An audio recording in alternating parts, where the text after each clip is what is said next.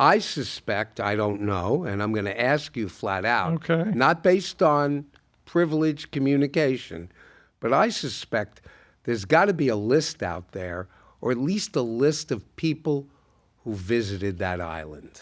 And there is, if people dig deep enough into the public record, they'll find this out. I think we need to understand the definition that they're using, that Attorney General Pambondi is using for lists or so forth. But there were flight manifests, for his private plane. They had the pilots' names and all the passengers' names, and going from point A to point B. They have lists of who was on the island.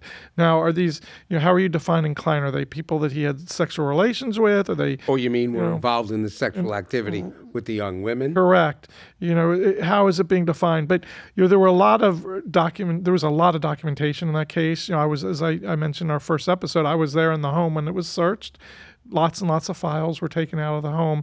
So I don't really know how they're defining the list, but there was a paper trail for, who was at the island, who was in his home, who was on his airplane, and, phone numbers and so forth. So there's lists out there, and that's if he had ever gone to trial, I'm sure a lot of those people would have been called as witnesses and so forth.